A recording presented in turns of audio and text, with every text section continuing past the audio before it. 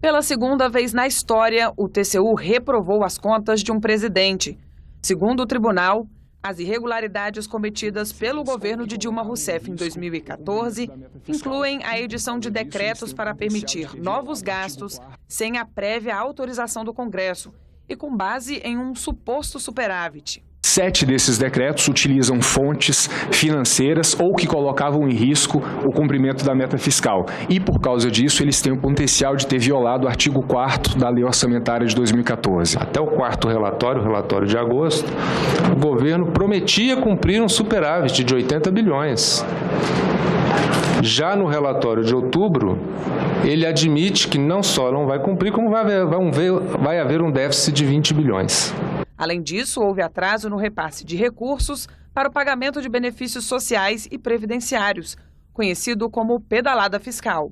O próprio contrato de serviço que a Caixa presta com a União admite que a Caixa possa tomar a decisão de, nas eventuais situações de falta de recurso por conta do fluxo orçamentário previsto, ela possa fazer o pagamento recebendo uma compensação subsequente. Houve, sim, uma mudança rápida no cenário macroeconômico no final de 2014 e início de 2015. O país foi sendo enganado durante o ano inteiro de que havia superávit fiscal, de que não havia problema inflacionário. Toda essa preparação, inclusive esses empréstimos por 8 meses, que eu chamo de empréstimos, esses saldos negativos por tanto tempo que se repetiam, todos esses faziam parte de uma camuflagem que foi feita para que o Brasil não percebesse o que estava acontecendo. Faltou zelo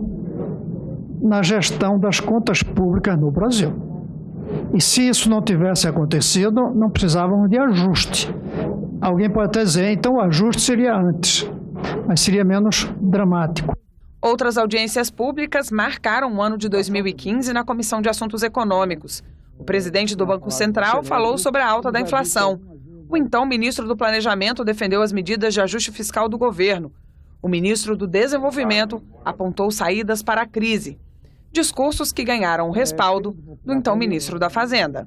O custo de perdermos o grau de investimento será altíssimo para o governo, que aumenta o custo da sua dívida, será altíssimo para as empresas, que terão mais dificuldades financeiras, será altíssimo para o trabalhador, que obviamente vai viver num país com mais dificuldade, eventualmente até turbulente. Entre as matérias aprovadas, destaque para as que procuram aliviar a situação financeira de estados e municípios.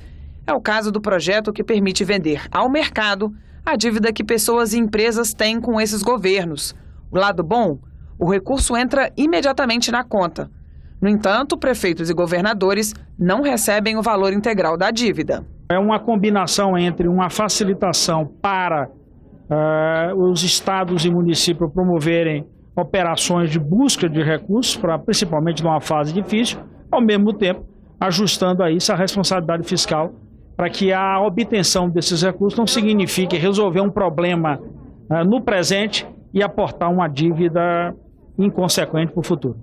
Outro projeto socorre estados e municípios que tiveram perdas de royalties de recursos naturais, como o petróleo. Eles ficam autorizados a pedir antecipação de receitas provenientes dessas atividades. Não representa uma liberação para o endividamento irresponsável, ao contrário, atende ao momento particular, porque passam diversos estados e municípios brasileiros que precisam contar com o bom senso desta casa. Rio de Janeiro em especial, mas também São Paulo, também Paraná, porque incluímos royalties das águas, para o Pará, porque incluiu o royalties do minério, para os estados do Nordeste, para o Espírito Santo, enfim, para todos que tiveram uma perda bruta em receitas decorrentes de royalties, vão poder recompor essas receitas com empréstimos. No caso dos municípios, proposta aprovada na comissão determina que as dívidas com o INSS passem a ser corrigidas pelo IPCA e não mais pela Selic. Esse é um pedido dos prefeitos brasileiros durante a marcha aqui em Brasília. É pleito que está na pauta da Comissão Especial do Aprimoramento do Pacto Federativo. E um imposto municipal, o ISS, passou por mudanças. Os senadores aprovaram redução da alíquota de 5% para 3% sobre turismo rural.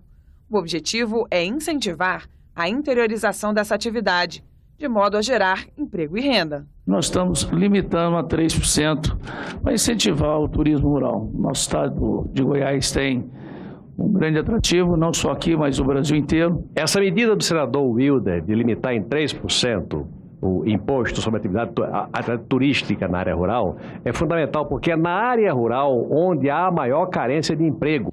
Teve ainda mudança nos critérios para a classificação dos chamados paraísos fiscais, países onde a tributação máxima sobre a renda é inferior a 20%. É preciso que a gente faça aquilo que faz países, por exemplo, da OCDE, os Estados Unidos da América, que consideram outras questões, protocolos de contabilidade, regras de transparência.